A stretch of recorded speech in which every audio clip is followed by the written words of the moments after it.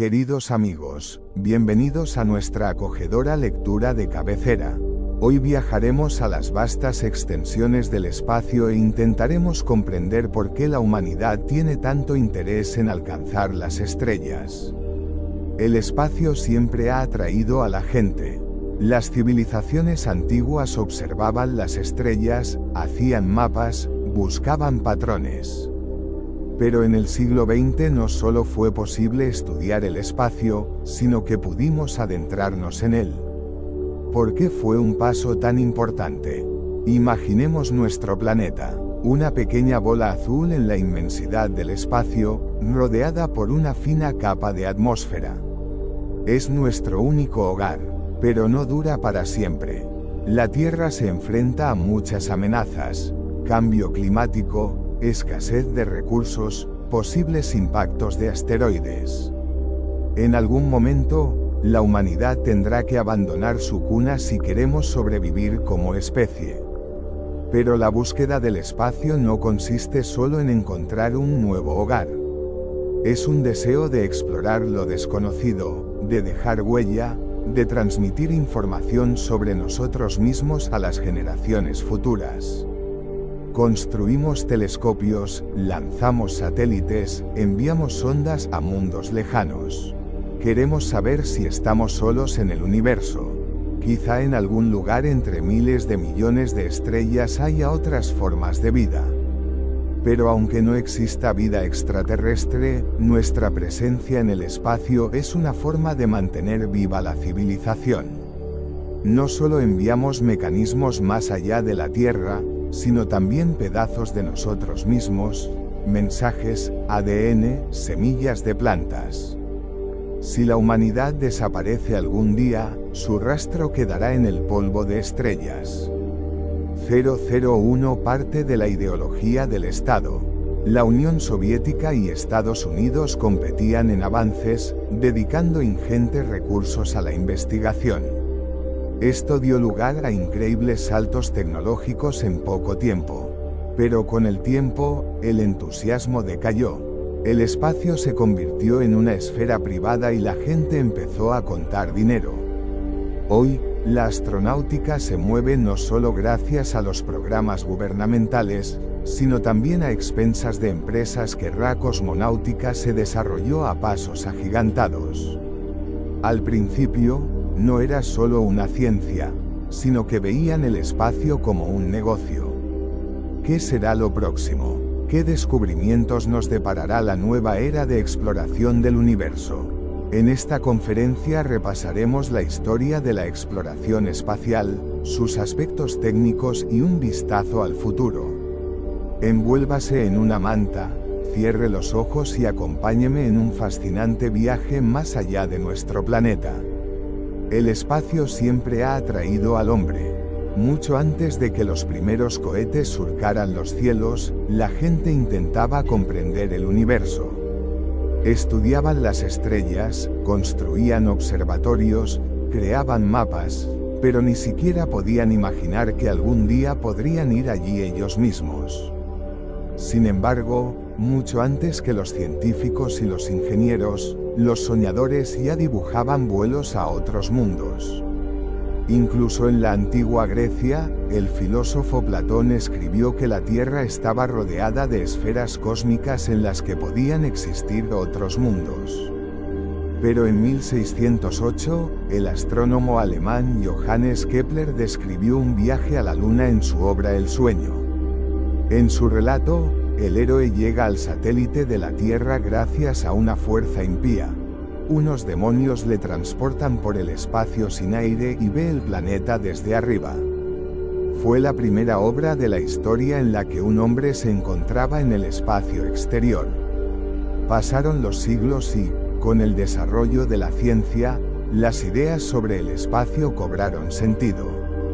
En el siglo XVII, el francés Cyrano de Bergerac describió un viaje a la Luna con cargas de pólvora, y su compatriota Bernard de Fontenay escribió en 1686, Conversaciones sobre la pluralidad de los mundos, una de las primeras obras científicas y filosóficas que discutían la posibilidad de vida más allá de la Tierra. Pero quizá el escritor más famoso que predijo los viajes espaciales fue Julio Verne. En 1865 publicó la novela De un cañón a la luna. En aquella época, nadie pensaba en cohetes, incluso la idea misma de viajar al espacio parecía poco realista. Pero Julio Verne intentó imaginar lo que podría ser una máquina capaz de llegar a la luna. Por supuesto, su artefacto distaba mucho de las naves espaciales modernas, pero es asombrosa la precisión con la que predijo algunas cosas. El aparato que realizó el viaje tenía forma de cilindro metálico con un morro puntiagudo. Más tarde se comprobó que esa era la forma más eficaz para atravesar las capas densas de la atmósfera. El armazón era de aluminio, un metal ligero pero resistente que, de hecho, sería la base de las futuras naves espaciales.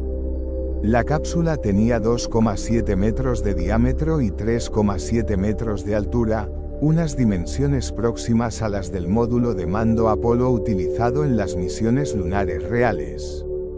En su interior, la nave estaba presurizada para cumplir los requisitos del espacio real.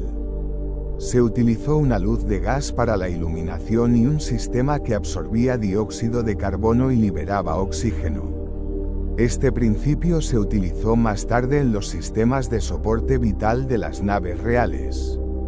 En el interior de la cápsula herméticamente cerrada había sofás blandos para amortiguar la sobrecarga durante el lanzamiento. Esto recuerda a los modernos asientos de astronauta, especialmente diseñados para amortiguar las cargas del despegue y el aterrizaje. El método de lanzamiento que Verne había ideado estaba, por supuesto, lejos de la realidad. Su nave salía disparada de un cañón gigante, lo que habría hecho imposible un vuelo semejante. Las sobrecargas habrían matado a la tripulación al principio. Pero el principio de una fuerte aceleración inicial resultó ser correcto. Verne incluso calculó la velocidad necesaria con la que el aparato debía abandonar la Tierra, y en esto se acercó sorprendentemente a la segunda velocidad espacial real, 11,2 km por segundo. Sin embargo, para alcanzar tal velocidad, no era suficiente un impulso único. Más tarde, ya en el siglo XX, los científicos se dieron cuenta de que era necesario un principio completamente diferente. Un cohete, por muy potente que fuera, simplemente no era suficiente para superar la gravedad de la Tierra, demasiado peso propio. Y fue entonces cuando nació la idea de los cohetes escalonados. Los enormes cohetes espaciales actuales pierden gran parte de su masa durante el vuelo. Los motores más bajos y potentes funcionan primero, elevando el cohete por encima de la superficie de la Tierra. Cuando se les acaba el combustible, esa parte de la estructura se desecha y la siguiente etapa sigue acelerando. Esto reduce significativamente el peso total del cohete y le permite alcanzar las velocidades requeridas sin cargas excesivas. Y en 1895 Konstantin Tsiolkovsky, inspirado por las obras de Julio Verne, escribió Sueños de la Tierra y el Cielo, donde describía el concepto de cohetes de varias etapas y la vida en ingravidez. Más tarde, en 1903, el mismo Konstantin Tsiolkovsky desarrolló una teoría matemática de la propulsión a chorro, demostrando que un cohete podía efectivamente superar la gravedad terrestre. A mediados del siglo XX, esto se convertiría en la base de todos los programas espaciales. Así, el cohete estadounidense Saturno V, que llevó personas a la Luna, constaba de 3 etapas. La primera lo aceleraba hasta una altura de 68 kilómetros, la segunda lo ponía en órbita y la tercera enviaba la nave hacia la Luna. El R-7 soviético, que sirvió para lanzar el primer satélite y luego a Yuri Gagarin, constaba de 2 etapas, lo que le permitía superar la gravedad terrestre. A principios del siglo XX, el ingeniero alemán Hermann Oberth y el estadounidense Robert Goddard llegaron por separado a la conclusión de que el propulsor líquido era la clave para crear verdaderos cohetes. En 1926, Goddard lanzó el primer cohete de propulsión líquida del mundo. Solo subió 12 metros, pero fue un momento histórico. La carrera espacial no empezó con un sueño, sino con la guerra. Europa, antaño dominada por la ciencia, estaba en ruinas. Los imperios británico, francés y alemán estaban debilitados, sus economías se reconstruían y sus ejércitos menguaban. Pero los dos países no solo salieron de la guerra sin destrucción en sus territorios, sino que emergieron como nuevas superpotencias. La URSS y Estados Unidos ya no tenían iguales. Su rivalidad abarcaba todas las esferas: política, economía, poder militar. Pronto se extendió también al espacio exterior. Si en el siglo XIX los científicos soñaban con viajar a la Luna, en el siglo XX el espacio se ha convertido en algo más que una fantasía. Se ha convertido en un instrumento de influencia política. Quien sea el primero en enviar el primer satélite, quien sea el primero en lanzar un hombre, demostrará su superioridad al mundo entero. Imaginemos dos trenes que circulan por vías paralelas. Nunca chocarán, pero cada uno se esfuerza por ser más rápido que el otro, aunque solo sea por una fracción de segundo. Así fue la carrera espacial. Un estado hizo un gran avance y su rival se apresuró inmediatamente a alcanzarlo. En los primeros años, era la Unión Soviética la que iba por delante. Pero había otra razón por la que Estados Unidos y la URSS tenían tanto interés en entrar en el espacio: la tecnología militar. El programa V-2 de Hitler fue el primer proyecto de misil balístico que podía alcanzar el borde del espacio y golpear al enemigo. En 1944, los nazis utilizaron el V-2 para atacar Londres. Estos cohetes se elevaban a una altitud de 200 kilómetros, viajaban al espacio y luego caían en picado hacia el objetivo, alcanzando velocidades de más de 5.000 kilómetros por hora. Era imposible detenerlos. Era imposible detenerlos. Cuando terminó la guerra, Estados Unidos y la URSS trataron de adaptar estas tecnologías a sus propias necesidades. Comenzó entonces una auténtica caza de ingenieros alemanes. Ambos países tenían acceso a los restos del programa alemán de cohetes, pero los utilizaban de distintas maneras.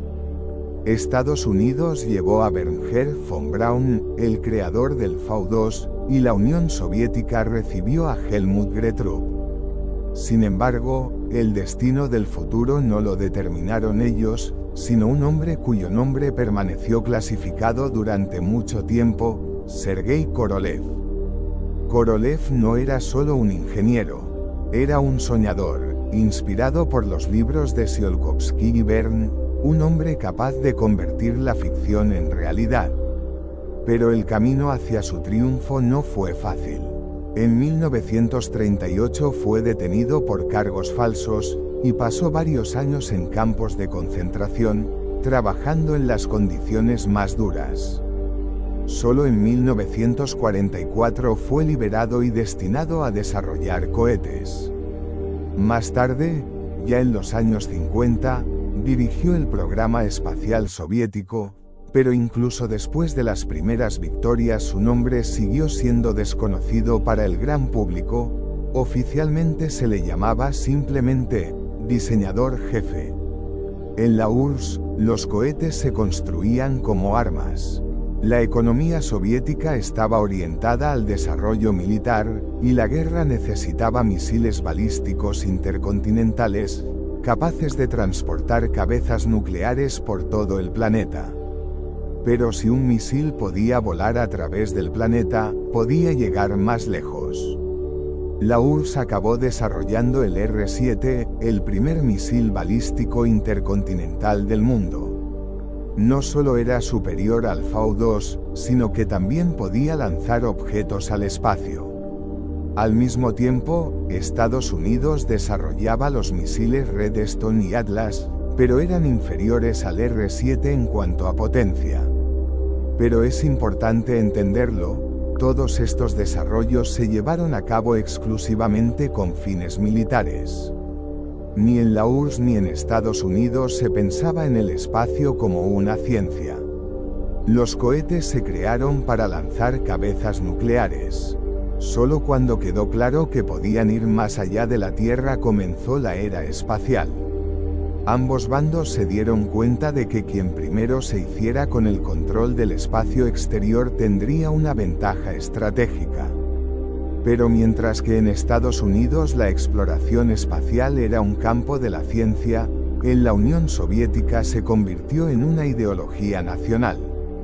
Para la URSS, la exploración espacial no era solo una cuestión de ciencia, sino también de prestigio y una prueba de la superioridad del sistema socialista.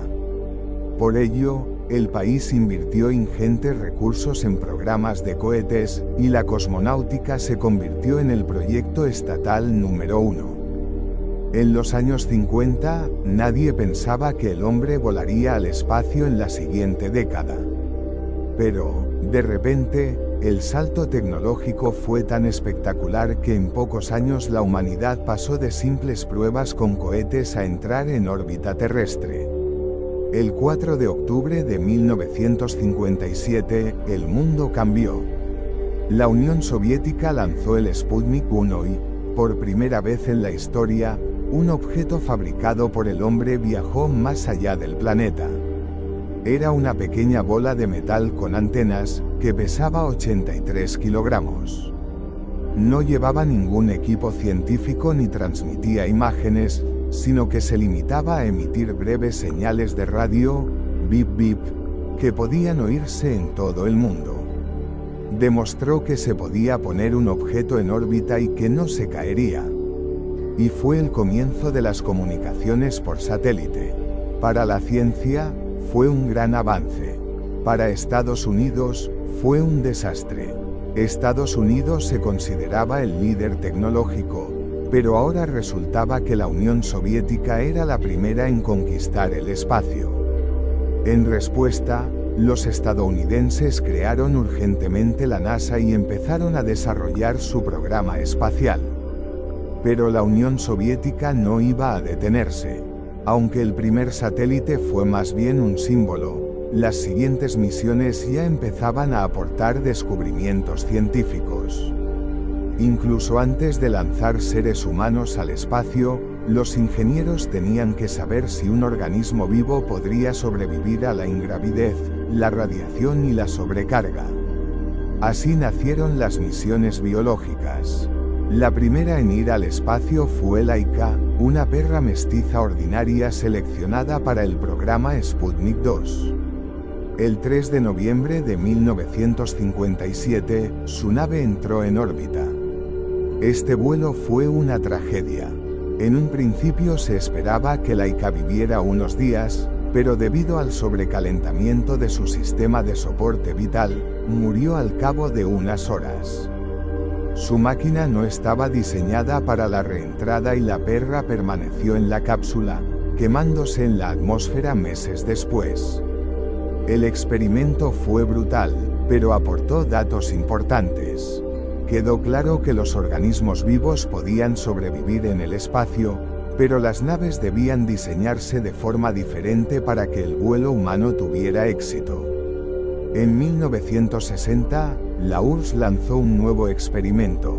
El 19 de agosto de 1960, Belka y Strelka viajaron al espacio y se convirtieron en los primeros seres vivos en regresar a la Tierra. Su nave Sputnik 5 pasó 25 horas en órbita. Tras el aterrizaje, los científicos comprobaron que los perros se sentían normales. Esto significaba que los humanos también podrían sobrevivir a un vuelo orbital. En 1958 se lanzó el Sputnik 3, que por primera vez realizó estudios magnéticos de la Tierra desde el espacio. Estados Unidos se dio cuenta de que la URSS había tomado la delantera. Había que ponerse al día. El 31 de enero de 1958, Estados Unidos lanzó el Explorer 1, el primer satélite estadounidense. El principal descubrimiento del Explorer 1 fue la detección de los cinturones de radiación de la Tierra. Se trataba de un importante descubrimiento científico que demostraba que la Tierra está rodeada de campos magnéticos que nos protegen de la radiación cósmica. Mientras los ingenieros se preparaban para los vuelos tripulados, comenzó otra carrera. ¿Quién sería el primero en llegar a la Luna? El 12 de septiembre de 1959, un cohete R-7 lanzó el Luna 2, el primer objeto en alcanzar la superficie de otro cuerpo celeste. No transmitió señales tras la caída, pero dejó en la Luna una bola metálica con el escudo de la URSS. Un mes más tarde, el 4 de octubre de 1959, Luna 3 salió al espacio. Esta nave espacial revolucionó. Fotografió la cara posterior de la Luna, que la humanidad nunca había visto antes. La exploración espacial nunca ha sido fácil. La gente está acostumbrada a hablar de grandes victorias, el primer satélite, el primer hombre en el espacio, la llegada a la Luna. Pero detrás de cada triunfo hubo docenas de fracasos que se recuerdan con menos frecuencia. Cuando los ingenieros enviaron los primeros vehículos, nadie sabía lo que les esperaba allí. La Luna parecía tan cerca, pero una vez allí, alunizar fue más difícil de lo imaginado. Las naves se estrellaban una tras otra. Perdían el control, caían, explotaban al aterrizar. Algunas simplemente pasaban volando, adentrándose en el vacío. Las estaciones automáticas soviéticas intentaron durante varios años aterrizar suavemente en la superficie de la Luna, pero cada vez algo salía mal. Luna 5, Luna 6, Luna 7. Todas se estrellaron durante el intento de alunizaje. Hubo un fallo en el sistema de frenado, un fallo en la orientación, un error de cálculo. Parecía como si la propia Luna no quisiera recibir visitas. Hubo que esperar hasta 1966 para que Luna 9 lograra finalmente un alunizaje suave. Por primera vez en la historia, transmitió imágenes de la superficie de otro cuerpo celeste. Estas imágenes no mostraban más que un paisaje árido y rocoso, pero eran la prueba de que un aterrizaje era posible. Los americanos también se equivocaron. Sus sondas fracasaron, se perdieron, cayeron a la Luna antes de tiempo. Enviaron naves a Marte, pero desaparecieron en su atmósfera sin dejar rastro. Una llegó incluso a Venus, pero fue aplastada por su presión infernal antes de aterrizar. Fue una época de ensayo y error. Por aquel entonces, nadie sabía cómo fabricar una nave fiable, cómo aterrizar un vehículo en otro planeta, cómo soportar la gravedad y la radiación cósmica. Había que probarlo todo en la práctica, perdiendo una misión tras otra. Pero cada fracaso aportaba nuevos conocimientos. Poco a poco, los ingenieros fueron aprendiendo. Corrigieron errores, mejoraron los sistemas, y años más tarde, los aparatos empezaron no solo a alcanzar el objetivo, sino también a devolver datos valiosísimos. Los primeros satélites demostraron que era posible ir más allá de la atmósfera, pero enviar allí a un hombre era algo totalmente distinto. Nadie sabía cómo se comportaría el organismo en la ingravidez, si la psique podría soportarlo, hasta qué punto eran fiables los sistemas de la nave. Era un paso hacia lo desconocido. El entrenamiento de los primeros cosmonautas comenzó bajo el más estricto secreto. La URSS buscaba no solo pilotos experimentados, sino personas con datos físicos y psicológicos excepcionales. Tenían que soportar sobrecargas, aislamiento, cambios bruscos de temperatura y presión. Necesitaban a quienes no perdieran el control en las situaciones más difíciles.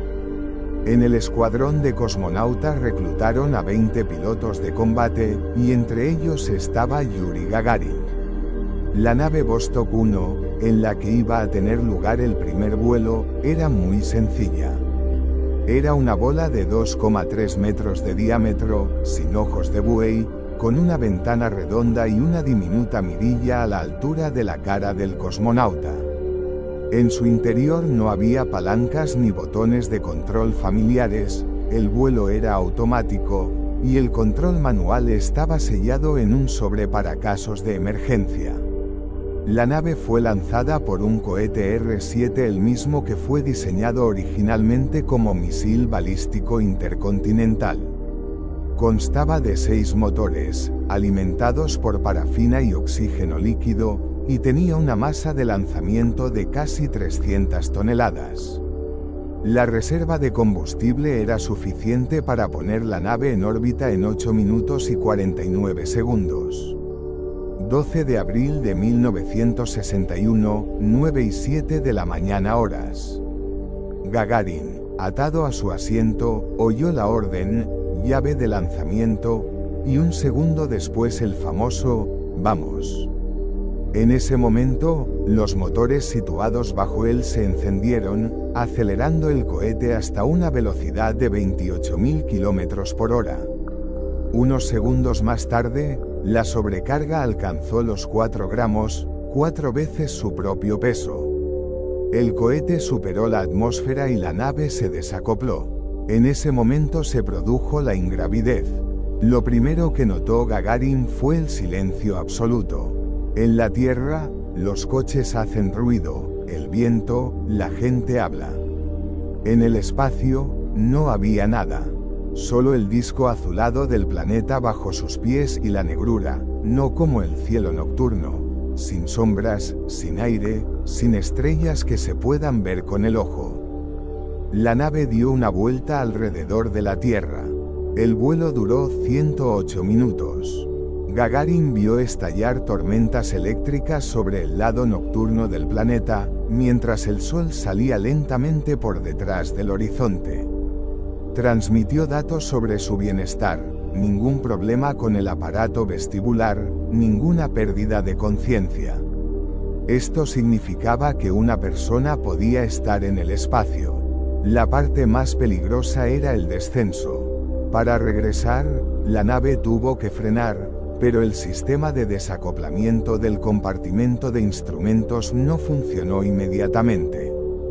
Durante varios minutos, Gagarin entró en las densas capas de la atmósfera con una enorme sobrecarga, y fuera de la ventana, la cápsula estaba envuelta en llamas.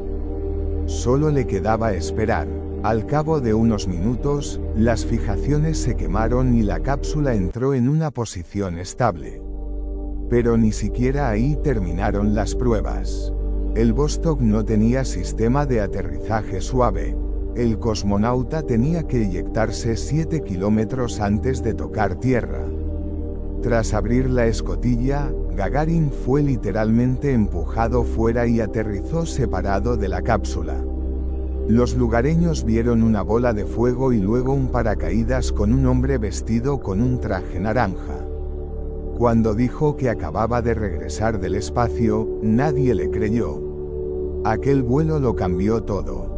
El mundo se dio cuenta de que el hombre podía salir de la Tierra y volver. No era solo un avance tecnológico, era la constatación de que el planeta ya no era el límite. 2 años después se dio un nuevo paso. Voló la primera mujer cosmonauta. Valentina Tereskova pasó 3 días en órbita, comprobando cómo tolera el cuerpo una estancia prolongada en ingravidez. Fue un vuelo simbólico, una demostración para el mundo entero. Pero el verdadero reto era la caminata espacial. Hasta entonces, el hombre había estado seguro dentro de la nave, rodeado de fuertes paredes y sistemas de soporte vital.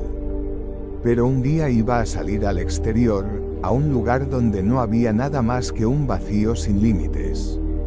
El espacio abierto era aterrador. ¿Cómo se comportaría el traje espacial?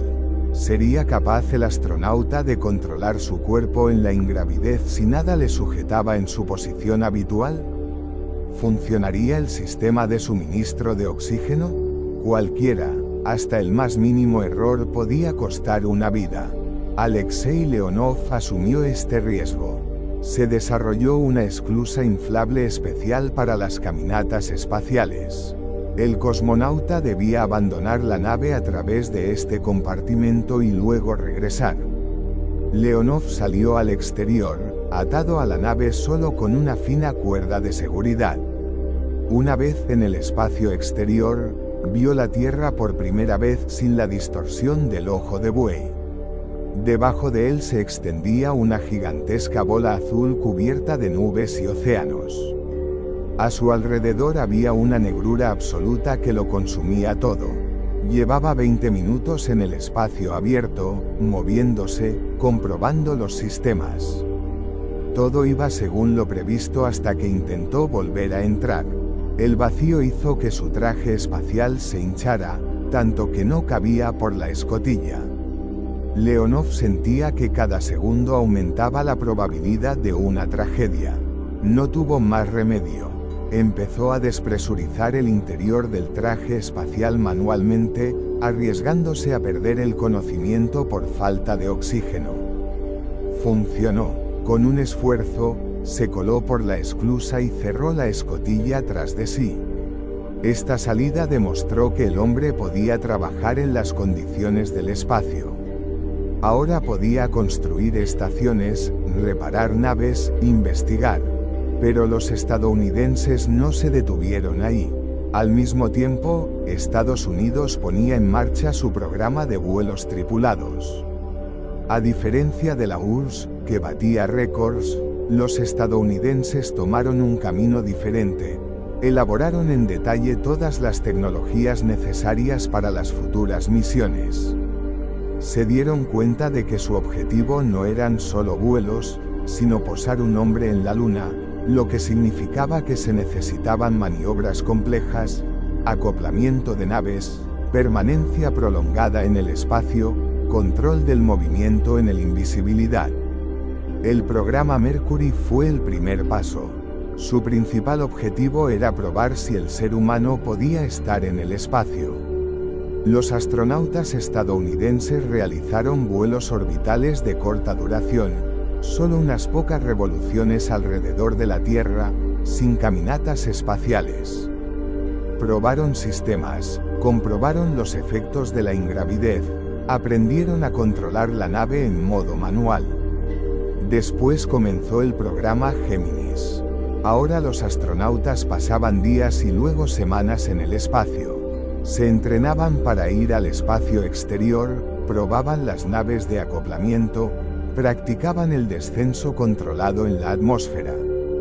Todo esto era la preparación para el proyecto principal, el programa Apolo. La Unión Soviética iba por delante, pero los estadounidenses estaban cerrando metódicamente la brecha, y ahora las dos superpotencias se enfrentaban a una única cuestión sin resolver: ¿quién sería el primero en enviar un hombre a la Luna? En los años 60, la carrera espacial entre la URSS y Estados Unidos alcanzó un nuevo nivel. Los primeros satélites ya habían dado la vuelta a la Tierra, el hombre había realizado su primer vuelo al espacio, pero ahora se abrían nuevos horizontes para los exploradores. La humanidad miraba más lejos, a otros planetas. En aquellos años, nadie sabía qué se vería exactamente. Había hipótesis sobre las espesas nubes de Venus que ocultaban océanos, se especulaba con la posibilidad de que Marte tuviera canales creados por seres inteligentes. Ni siquiera se sabía con certeza hasta qué punto era posible un aterrizaje suave en esos mundos lejanos. Todo lo que sabían los científicos se basaba únicamente en observaciones desde la Tierra. Ahora existía la oportunidad de observar los planetas de cerca. El programa americano Pioneer fue el primer intento de ir más allá de la gravedad terrestre. Los primeros vehículos de esta serie debían llegar a la Luna, pero uno tras otro fracasaron. Solo en 1959 el Pioneer 4 consiguió sobrevolar la Luna, convirtiéndose en la primera sonda estadounidense en salir de las proximidades de la Tierra. Fue solo un vuelo corto, pero confirmó que Estados Unidos era capaz de enviar vehículos al espacio profundo. Mientras los Pioneer exploraban la Luna, la serie Mariner abría un nuevo capítulo, la exploración de Venus y Marte.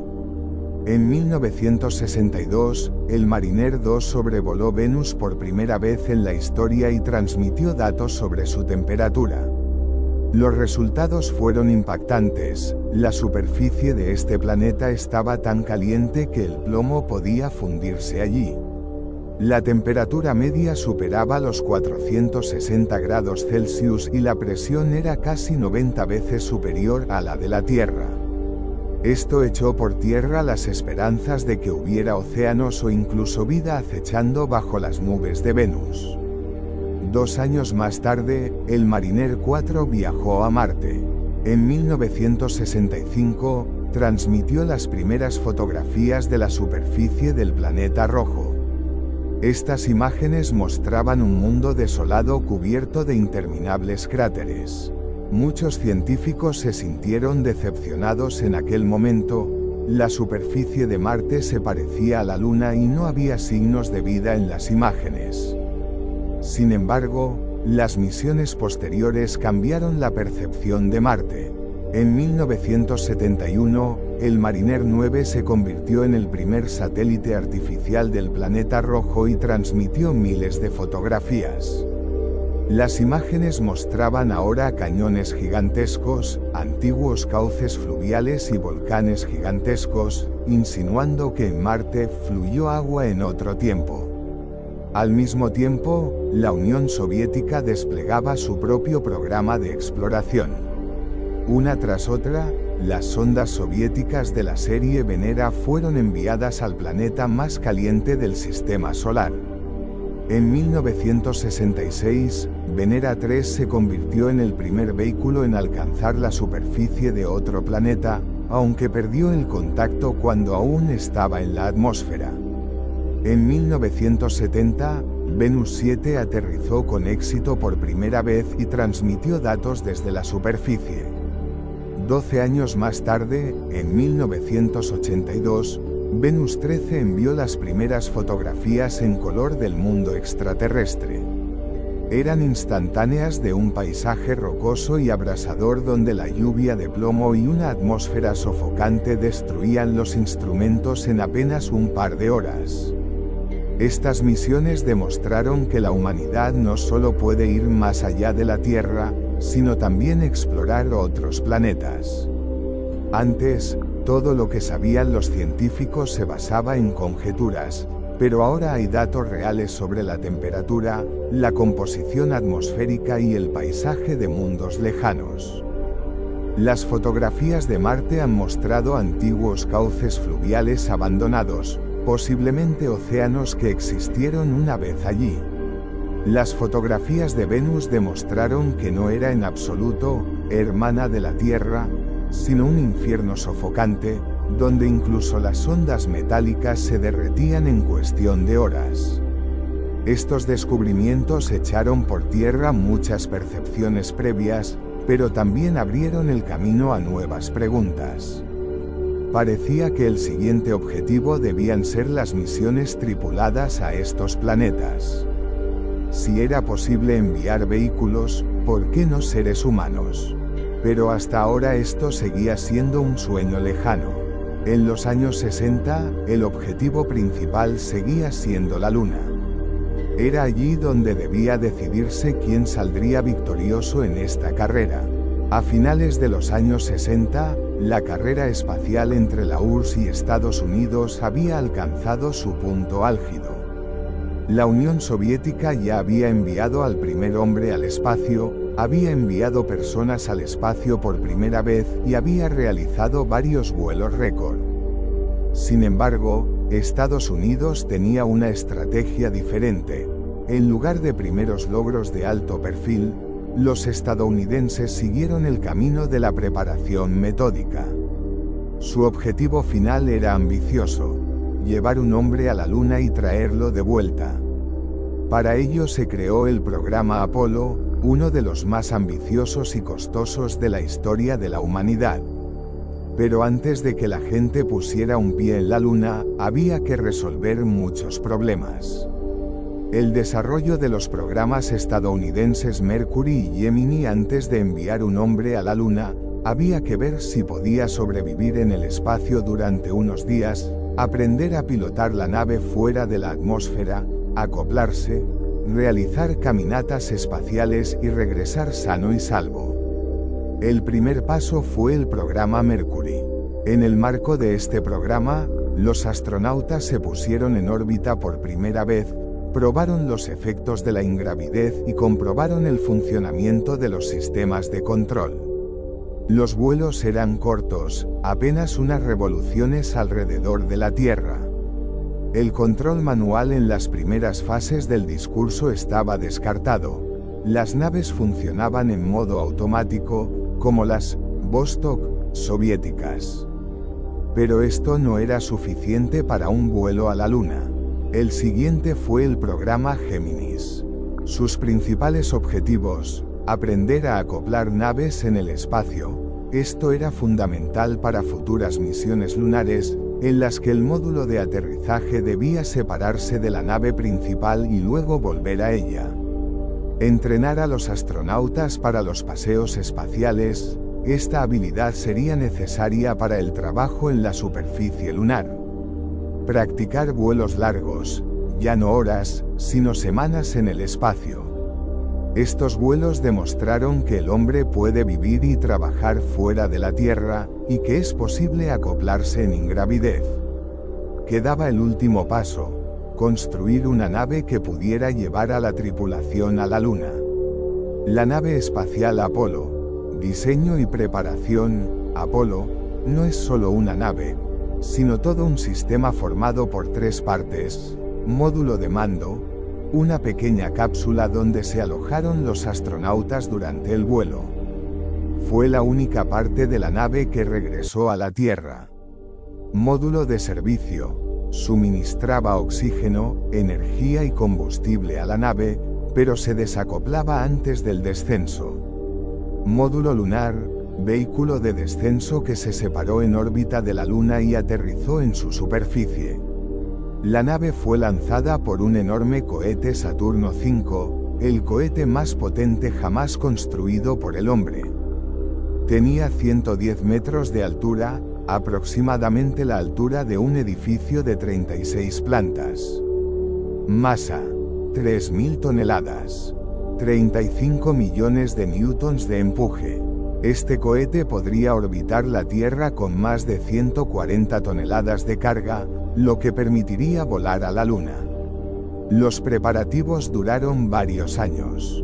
Los astronautas se entrenaron en desiertos donde las condiciones se asemejaban al paisaje lunar, aprendieron a trabajar con trajes espaciales, desarrollaron un sistema de aterrizaje y retorno.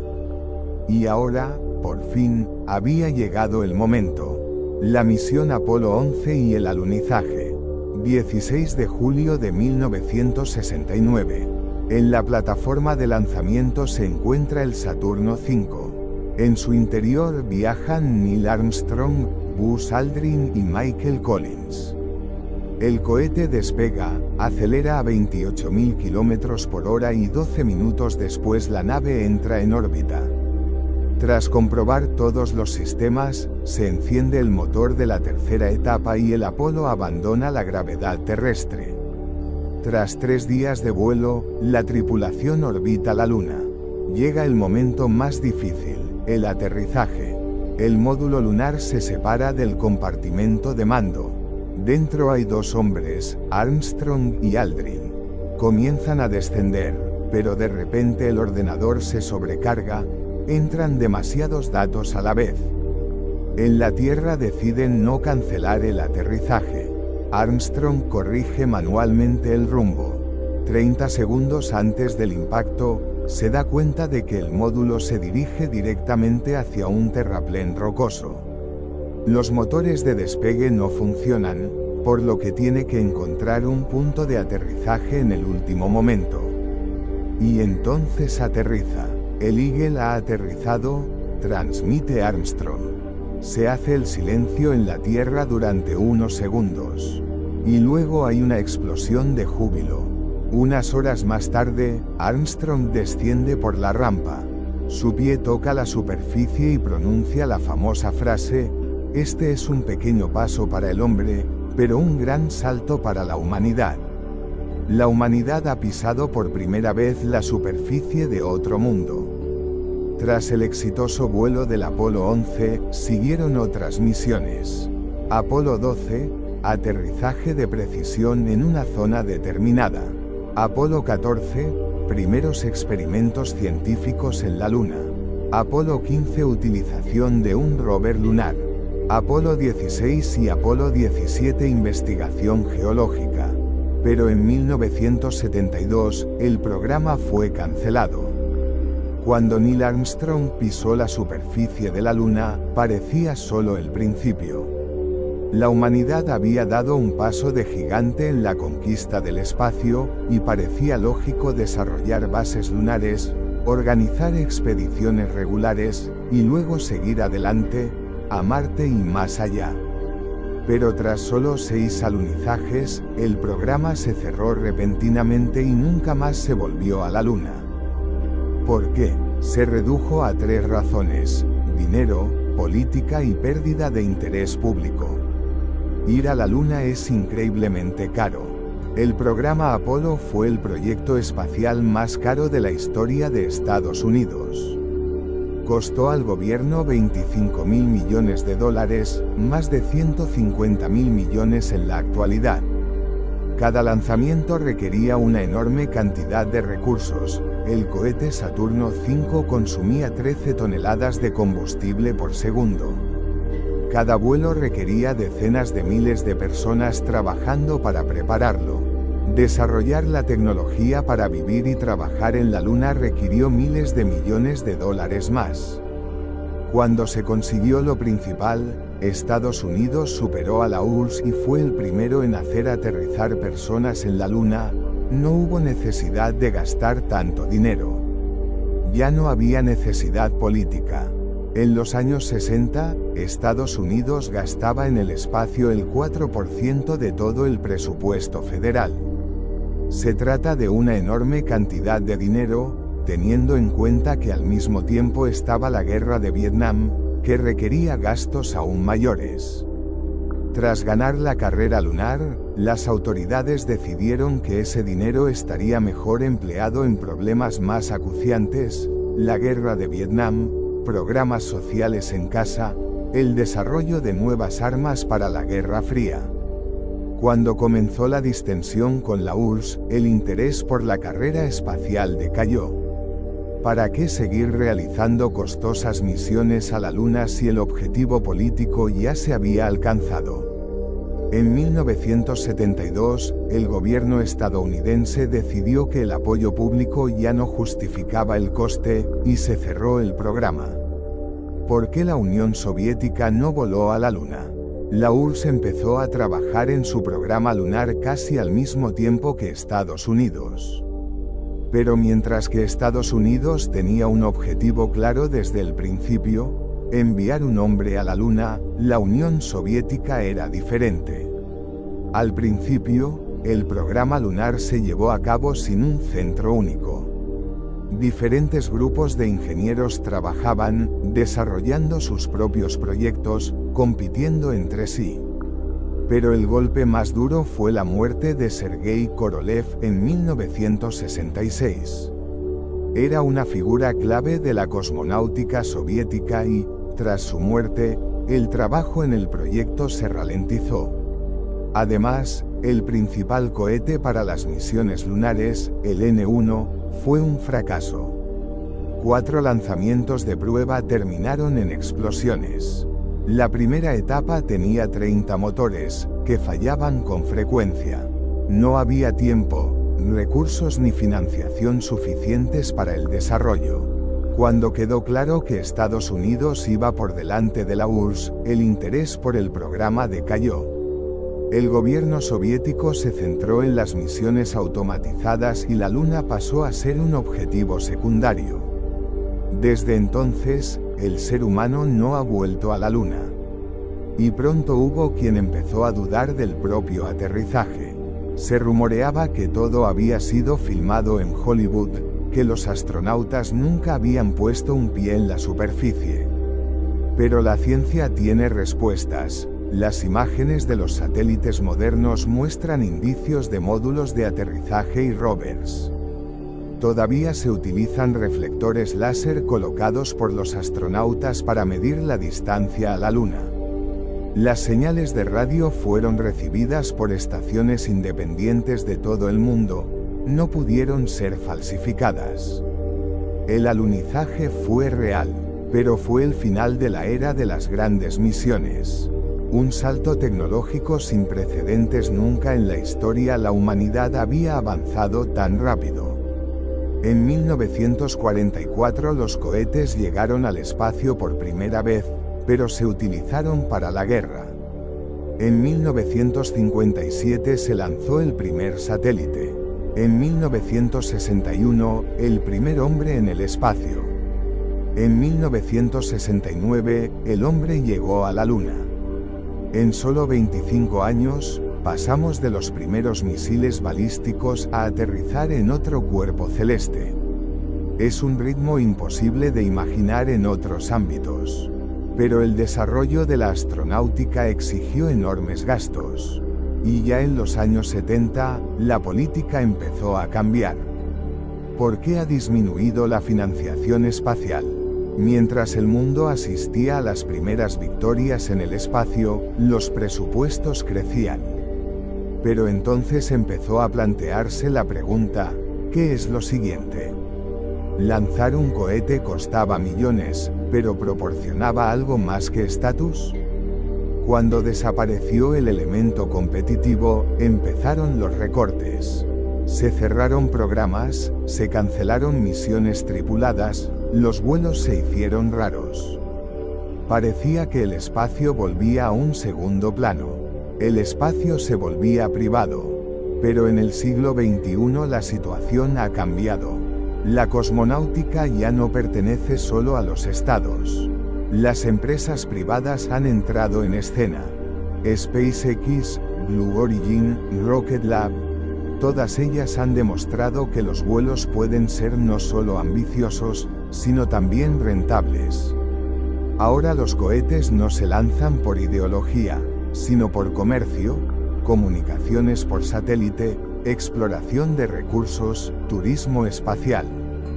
Pero antes de que el espacio se convirtiera en una cuestión de negocios, era una cuestión de Estado. Así concluye nuestra conferencia de hoy. En la próxima conferencia escucharán estaciones orbitales, misiones automáticas, astronáutica honesta, turismo espacial, el futuro de la astronáutica, Marte, la Luna, exoplanetas. Buenas noches, queridos oyentes.